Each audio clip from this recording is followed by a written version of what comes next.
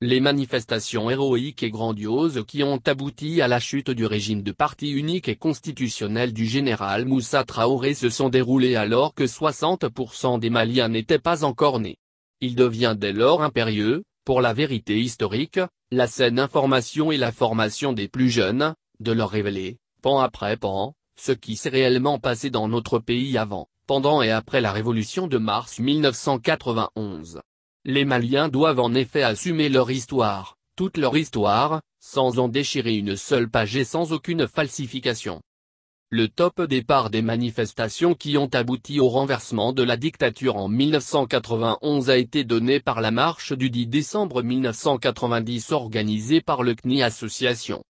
Ce fut une marche grandiose, une marée humaine estimée entre 30 000 et 50 000 marcheurs. Les slogans arborés étaient « Liberté, liberté, vive la démocratie, vive le multipartisme, union dans la diversité, un seul peuple ? Oui. Un seul parti ? Non. » Ces slogans traduisaient le ras-le-bol des Maliens, tous considérés, depuis leur naissance, de gré ou de force, comme des militants du parti unique et constitutionnel l'Union démocratique du peuple malien UDM. Ainsi n'avaient droit à une bourse d'études, à un recrutement dans la fonction publique, à une promotion, à un marché public que ceux qui présentaient un certificat de militantisme au sein de l'UDM. La répression féroce s'était abattue sur des étudiants, des syndicalistes, des militants. Et les conditions de vie étaient inacceptables. La marche du 10 décembre 1990 avait une très forte symbolique ainsi que l'atteste l'itinéraire choisi, place de la Liberté, avenue Mamadou Konaté, avenue de la Nation, boulevard de l'Indépendance, bourse du travail.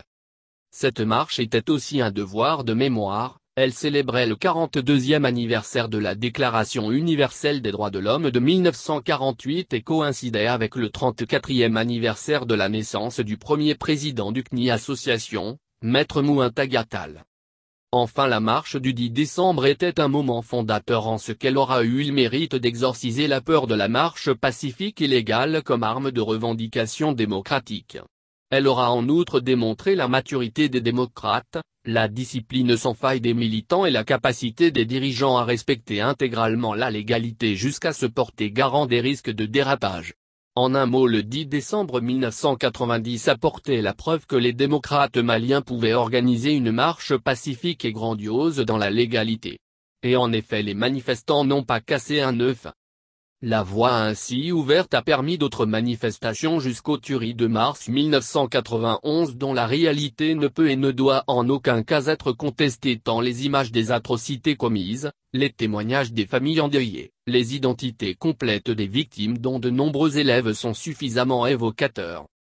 La légitimité du 26 mars ne peut non plus être remise en cause en raison de la mobilisation extraordinaire des Maliennes et des Maliens de Bamako, de l'intérieur du Mali et de la diaspora qui, les mains nues, ont offert leur poitrine aux balles assassines de la dictature.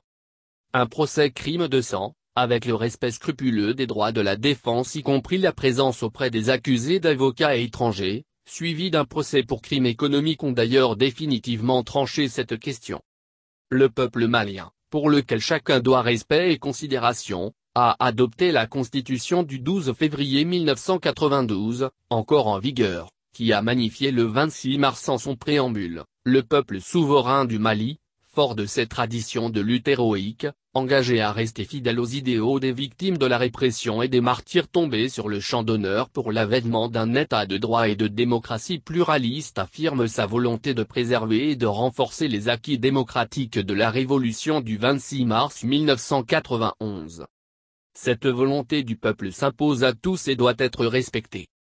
Il reste que le mouvement démocratique n'a gouverné le Mali que du 26 mars 1991 au 8 juin 1992 date de la prise de fonction du président Alpha Oumar Konaré. À sa suite ont été élus les présidents Amadou Toumani Touré et Ibrahim Boubacar Keïta dont les bilans, positifs ou négatifs, ne sauraient engager le mouvement démocratique originel.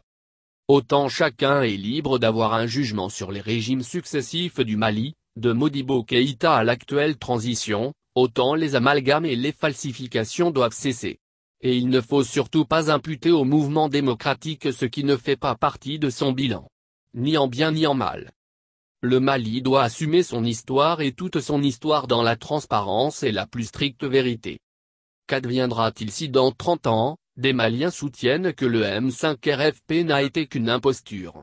Ne préparons pas le terrain pour une telle injure à l'histoire.